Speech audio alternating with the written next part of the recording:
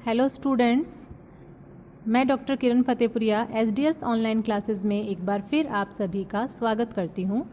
आज अपन देखते हैं पाश्चात्य राजनीतिक विचारक पुस्तक की इकाई प्रथम के चैप्टर प्लेटो का शिक्षा सिद्धांत। पिछले वीडियोस में भी हमने प्लेटो के बारे में चर्चा की थी और हमने देखा था कि प्लेटो की सबसे फेमस पुस्तक कौन सी है, रिपब्लिक है। तो जो प्लेटो की सबसे फेमस पुस्तक रिपब्लिक है, इसी में इन्होंने शिक्षा सिद्धांत को प्रस्तुत किया है और शिक्षा सिद्धांत का विस्तार से विवेचन किया है। बहुत गहराई से इन्होंने शिक्षा के बारे में बताया है और इतना अच्छे से इन्होंने शिक्षा सिद्धांत के बारे में बताया है कि रूसो, ये भी एक पाश्चात्य विचारक थे, इन्होंने रिपब्लिक को शिक्षा की सर्वोत्कृष्ट कृति की संज्ञा दी कि जो रिपब्लिक है प्लेटो की, उसमें हालांकि उन्होंने न्याय, शिक्षा, साम्यवाद और भी बहुत सारे सिद्धांत दिए हैं, पर रूसो को सबसे ज़्यादा पसंद शिक्षा सिद्धांत आया और इसीलिए रूसो ने कहा कि रिपब्लिक जो है वो शिक्षा के ऊपर ही लिखी गई एक सबसे अच्छी रचना है। रूसो ने यहाँ तक कहा कि प्लेटो की जो रिपब्लिक है उसमें जो शिक्षा सिद्धांत दिया गया है, ये शिक्षा सिद्धांत मानसिक रोग को ठीक करने का मानसिक निदान है। इन्होंने कहा कि शिक्षा के द्वारा ही समाज के जो वर्ग हैं उनमें राजनीति के बारे में चेतना आती है, कर्तव्यों को निभाने की भावना आती है। शिक्षा ही है जो व्यक्ति के लिए सत्य को खोजने वाला यंत्र है। हम जनरल लाइफ में भी देखते हैं कि जो व्यक्ति शिक्षित होता है वो कभी झूठ नहीं बोलता है। तो शिक्षा ही वह यंत्र है जिससे कि सत्य को खोजा जा सकता है। और प्लेटो ने कहा है कि राज्य का सबसे पहला कार्य ही क्या है, शिक्षा देना। तो जब तक राज्य अपने जनता को शिक्षा नहीं देगी, वह राज्य कभी भी आगे नहीं बढ़ सकता है। तो राज्य का सर्वप्रथम कार्य इन्होंने शिक्षा देना बताया है। तत्कालीन समय में प्लेटो कहाँ से बिलोंग करते थे? यूनान से बिलोंग करते थे। तो तत्कालीन समय में यूनान में ऑलरेडी दो प्रकार की शिक्षा पद्धतियाँ प्रचलित थी। एक तो एथेंस की शिक्षा पद्धति और दूसरी स्पार्टा की शिक्षा पद्धति। एथेंस और स्पार्टा स्थान का नाम है, जगह का नाम है, तो उन्हीं के नाम पे शिक्षा पद्धति का नाम रख दिया गया। तो एथेंस में जो शिक्षा पद्धति थी उसमें क्या था कि एथेंस में जहाँ शिक्षा दी जाती थी वहाँ शिक्षा राज्य का कर्तव्य नहीं था, बल्कि परिवार का उत्तरदायित्व था। यानी परिवार वाले चाहे तो अपने बच्चों को शिक्षा दिलवाए, अदरवाइज नहीं दिलवाए। और एथेंस में जो शिक्षा थी वो लड़कियों के बारे में मौन थी। मतलब ये तो कहा जाता था कि लड़कों को शिक्षा मिलनी चाहिए, पर लड़कियों को मिलनी चाहिए या नहीं चाहिए इस पर कोई कमेंट नहीं था। और एथेंस में जो शिक्षा चल रही थी वो 3 स्तर पे चल रही थी। सबसे पहले 6 से 14 वर्ष तक के बच्चों को प्राथमिक शिक्षा दी जाती थी, 14 से 18 वर्ष तक के बच्चों को माध्यमिक शिक्षा दी जाती थी और 18 से 20 साल के बच्चों को उच्च शिक्षा दी जाती थी। तो ऐसा करके 3 स्टेज में एथेंस की शिक्षा पद्धति चल रही थी। दूसरा जो स्पार्टा में शिक्षा चल रही थी, वहाँ पर क्या था कि शिक्षा जो थी वो राज्य के अधीन थी। मतलब ये राज्य का उत्तरदायित्व था कि वो शिक्षा प्रदान करे। और शिक्षा का स्वरूप जो था स्पार्टा में वो प्रमुख रूप से सैनिक शिक्षा था। यानी कि स्पार्टा में जो शिक्षा दी जाती थी वो सैनिक तैयार करने के लिए दी जाती थी। उद्देश्य यही होता था कि शिक्षित होकर व्यक्ति सैनिक बने और देश की रक्षा करे। तो इस प्रकार से तत्कालीन समय में एथेंस और स्पार्टा में जो शिक्षा पद्धतियां चल रही थी उन दोनों का ही प्लेटो ने अध्ययन किया। प्लेटो ने देखा कि दोनों ही शिक्षा पद्धतियों में कुछ कमियां भी है, कुछ अच्छाइयां भी हैं। तो प्लेटो ने क्या किया कि प्लेटो ने जो अपनी शिक्षा पद्धति बनाई उसमें एथेंस और स्पार्टा दोनों की शिक्षा पद्धतियों का मिश्रण कर दिया। यानी एथेंस और स्पार्टा में से जो जो उनको अच्छा लगा वो उन्होंने अपनी शिक्षा पद्धति में ग्रहण कर लिया और जो अच्छा नहीं लगा उसे छोड़ दिया। तो प्लेटो की शिक्षा पद्धति की एक विशेषता तो ये है कि इसमें एथेंस और स्पार्टा दोनों का मिश्रण देखने को मिलता है। एथेंस से बेसिकली प्लेटो ने क्या लिया था?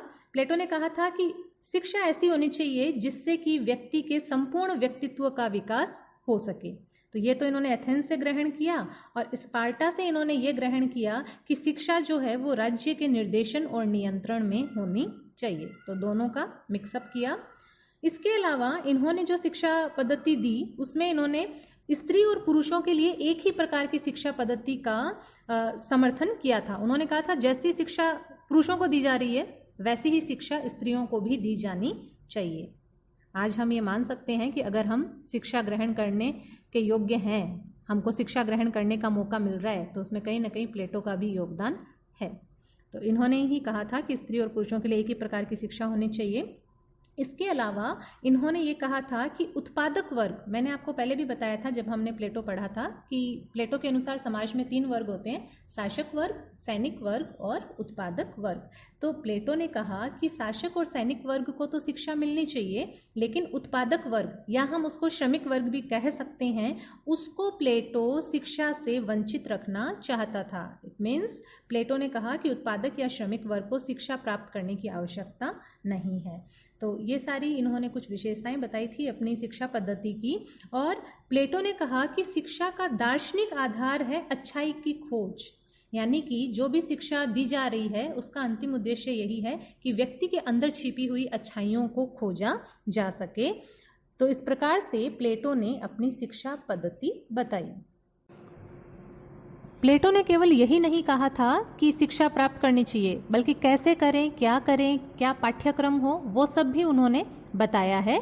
तो इन्होंने शिक्षा का पाठ्यक्रम भी प्रस्तुत किया है, जिससे कि हम इस डायग्राम के माध्यम से समझते हैं। प्लेटो ने शिक्षा को 2 भागों में बांटा, प्रारंभिक शिक्षा और उच्च शिक्षा। प्रारंभिक शिक्षा और उच्च शिक्षा को 2 आधारों पे इन्होंने विभाजित किया था। एक तो अवस्था के आधार पर, यानी कि उम्र के आधार पर, और दूसरा वर्ग के आधार पर।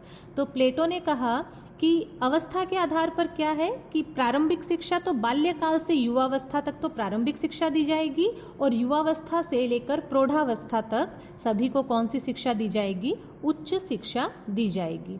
और वर्ग के आधार पर विभाजन कैसे किया कि प्रारंभिक शिक्षा तो सैनिक वर्ग के लिए है और उच्च शिक्षा शासक वर्ग के लिए है। तात्पर्य ये है कि जो व्यक्ति अपने जीवन में सैनिक बनना चाहता है उसको तो प्रारंभिक शिक्षा लेके छोड़ देनी चाहिए शिक्षा, और जो शासक वर्ग में शामिल होना चाहता है या शासक बनना चाहता है उसको प्रारंभिक शिक्षा लेने के बाद में उच्च शिक्षा भी लेनी आवश्यक है। तो प्रारंभिक शिक्षा बाल्यकाल से युवावस्था तक और उच्च शिक्षा युवावस्था से प्रौढ़ावस्था तक, सैनिक वर्ग के लिए केवल प्रारंभिक शिक्षा और शासक वर्ग के लिए प्रारंभिक शिक्षा के साथ ही साथ उच्च शिक्षा का भी इन्होंने समर्थन किया। अब देखते हैं इनकी शिक्षा का उद्देश्य क्या है। तो इन्होंने कहा है कि जो प्रारंभिक शिक्षा है उसका उद्देश्य है चरित्र का निर्माण करना। जो भी व्यक्ति प्रारंभिक शिक्षा लेता है उसका उद्देश्य उसका चरित्र अच्छा बन जाए। और उच्च शिक्षा का उद्देश्य है ज्ञान और विज्ञान की शिक्षा प्राप्त करके बुद्धि जो है उसको परिष्कृत करके विवेक और दिव्य दृष्टि को जन्म देना। ये इन्होंने उच्च शिक्षा का उद्देश्य बताया है। प्रारंभिक शिक्षा को भी इन्होंने 3 भागों में बांटा है। सबसे पहले इन्होंने कहा है कि कोई भी जो बालक है उसको 6 वर्ष तक नैतिक और धार्मिक शिक्षा ग्रहण करनी चाहिए। 6 से 18 वर्ष तक के बालक को शारीरिक, बौद्धिक, संगीत और व्यायाम की शिक्षा ग्रहण करनी चाहिए। और 18 से 20 वर्ष तक जब कोई बालक नैतिक, धार्मिक शिक्षा, शारीरिक, बौद्धिक, संगीत और व्यायाम की शिक्षा में खरा उतरता है, तब फिर बाद में उसको 18 से लेकर 20 वर्ष तक कठोर सैनिक शिक्षा दी जानी चाहिए, ताकि वो इस काबिल बन सके कि देश की रक्षा कर सके और देश की सुरक्षा कर सके। तो ये इन्होंने 20 वर्ष तक प्रारंभिक शिक्षा बताई है, और जो सैनिक बनना चाहते हैं वो 20 वर्ष तक शिक्षा लेवें और उसके बाद में शिक्षा को छोड़ दें। लेकिन जो व्यक्ति उच्च शिक्षा ग्रहण करना चाहता है, शासक बनना चाहता है, उसको सैनिक शिक्षा लेने के बाद में, प्रारंभिक शिक्षा लेने के बाद में 20 से 35 वर्ष तक शिक्षा और ग्रहण करनी होगी। इसको भी इन्होंने उच्च शिक्षा को भी 2 भागों में बांटा है। 20 से 30 वर्ष तक इन्होंने कहा है कि गणित, ज्योतिष और तर्क शास्त्र की शिक्षा दी जानी चाहिए, और जो 20 से 30 वर्ष तक खरा उतर जाए उसको 30 से 35 वर्ष तक द्वंद्ववाद की शिक्षा दी जानी चाहिए, ताकि वो विशुद्ध ज्ञान की प्राप्ति कर सके। तो इस प्रकार से इन्होंने शिक्षा को प्रारंभिक शिक्षा और उच्च शिक्षा में बांटते हुए अपनी तरफ से पाठ्यक्रम भी निर्धारित किया है। प्लेटो ने कहा है कि इस प्रकार से जब कोई व्यक्ति शिक्षा ग्रहण करता है तो शिक्षा का जो औपचारिक कार्यक्रम है वो तो 35 वर्ष में समाप्त हो जाता है, लेकिन उस व्यक्ति को जो शासक बनना चाहता है उसे 35 वर्ष से लेकर 50 वर्ष तक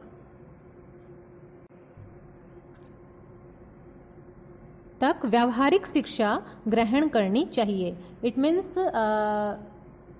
व्यावहारिक रूप से ये देखना चाहिए, सीखना चाहिए कार्य को।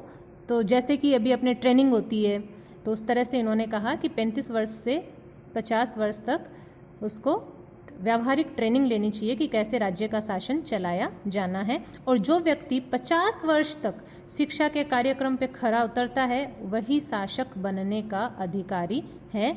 और प्लेटो यहाँ पर भी नहीं रुके, उन्होंने कहा 50 वर्ष के बाद भी शासक बनने वाले व्यक्ति को स्वाध्याय करते रहना चाहिए, कुछ कुछ नया नॉलेज लेते रहना चाहिए ताकि वो शासन करने के योग्य बन सके। तो इस प्रकार से इन्होंने शिक्षा का पाठ्यक्रम बताया।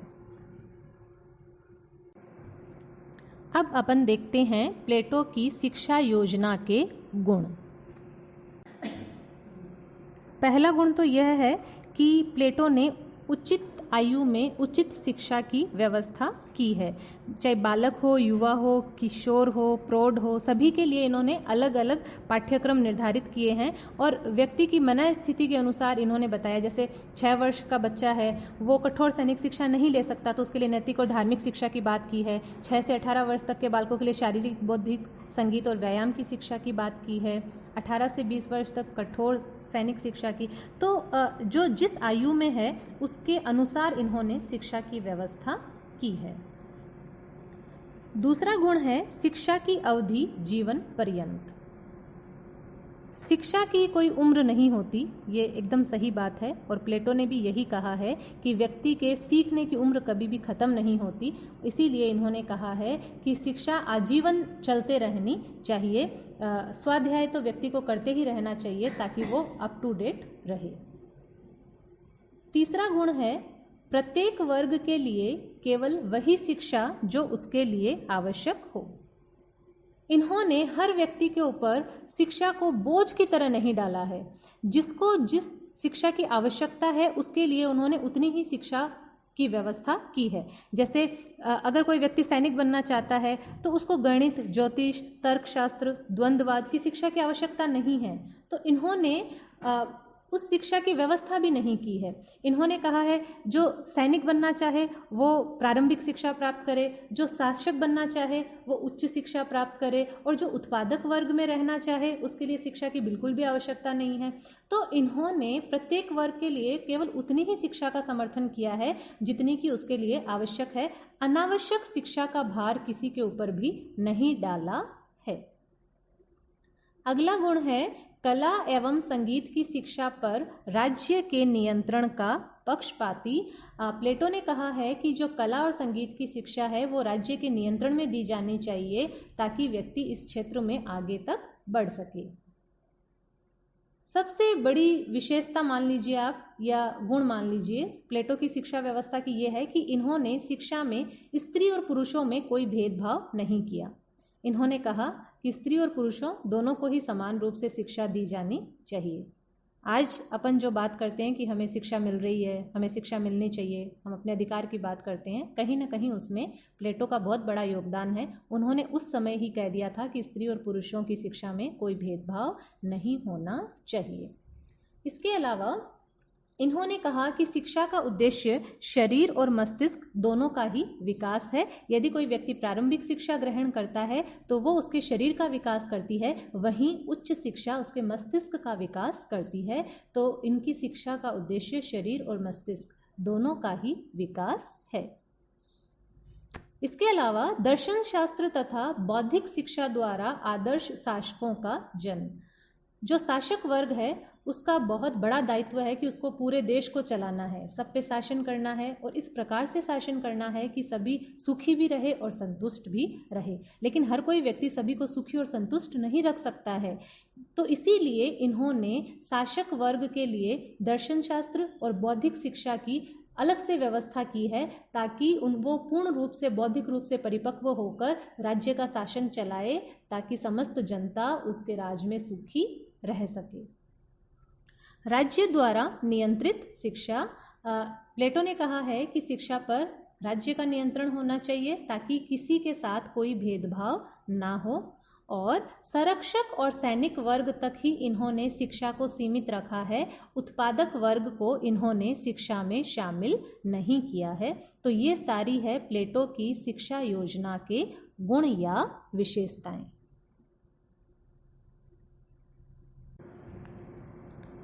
प्लेटो की शिक्षा योजना में कई गुण हैं, लेकिन आलोचकों ने इसकी आलोचना भी की है। तो देखते हैं प्लेटो की शिक्षा योजना की आलोचनाएं।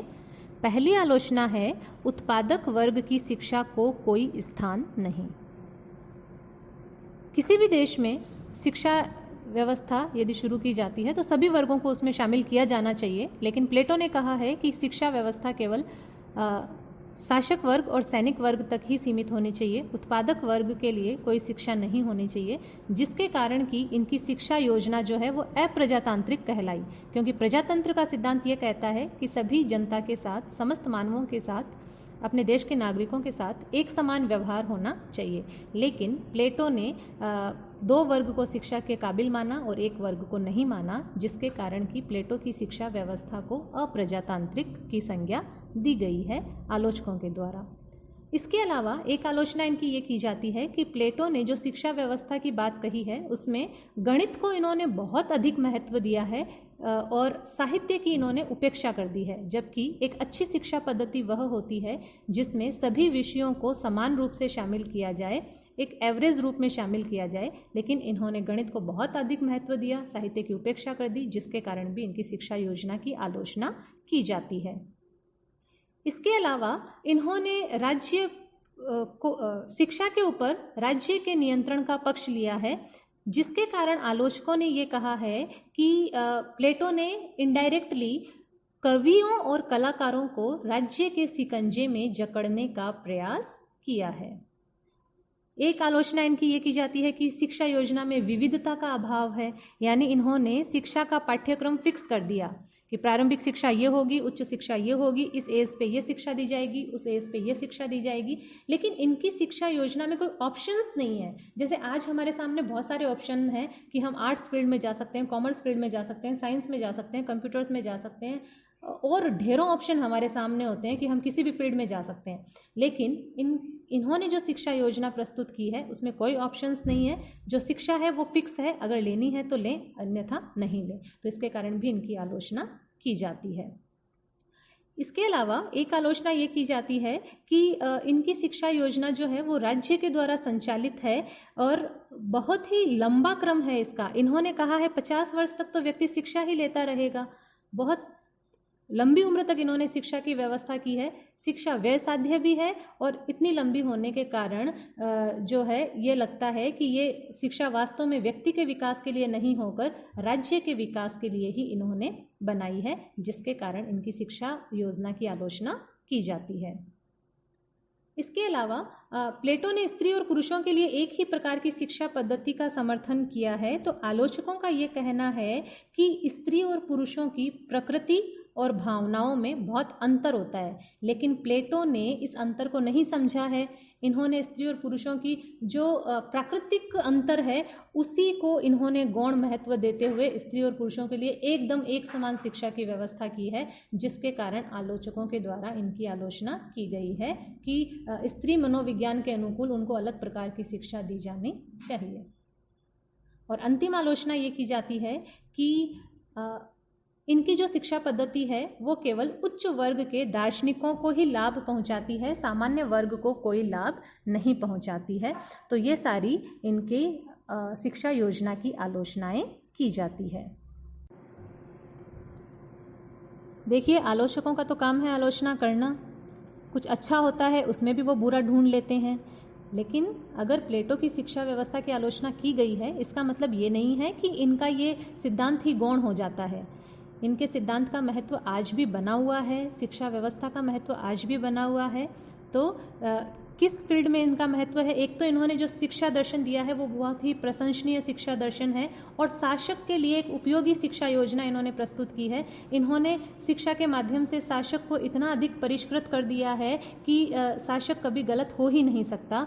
और इन्होंने जो बात कही थी कि शिक्षा आजीवन चलनी चाहिए, शिक्षा का आजीवन चलना आधुनिक जीवन में भी प्रयोग किए जाने की मांग करता है। और वर्तमान में भी आप देख लीजिए, अधिकांश क्षेत्रों में शिक्षा की कोई उम्र नहीं है, तो आज भी इनकी शिक्षा योजना का महत्व बना हुआ है। तो यहाँ प्लेटो का शिक्षा सिद्धांत कंप्लीट हो जाता है। प्लेटो के शिक्षा योजना में बड़ा क्वेश्चन भी आता है एग्ज़ाम में, छोटे छोटे क्वेश्चंस भी आते हैं। एग्जाम्पल बतौर प्लेटो की शिक्षा व्यवस्था की सबसे अधिक प्रशंसा किसने की है? तो जैसे रूसो ने की है। तत्कालीन यूनान में कितनी प्रकार की शिक्षा पद्धतियाँ प्रचलित थी? तो 2 प्रकार की थी, एथेंस और स्पार्टा। प्लेटो ने शिक्षा योजना को कितने भागों में बांटा है? 2 भागों में बांटा है, प्रारंभिक शिक्षा और उच्च शिक्षा। प्लेटो की शिक्षा योजना के कोई 2 गुण लिखिए या कोई 2 महत्व बताइए। तो इस प्रकार से इसके छोटे क्वेश्चन बनते हैं और प्लेटो की शिक्षा योजना को समझाइए, इसको लेकर इसका बड़ा क्वेश्चन बनता है। Thank you.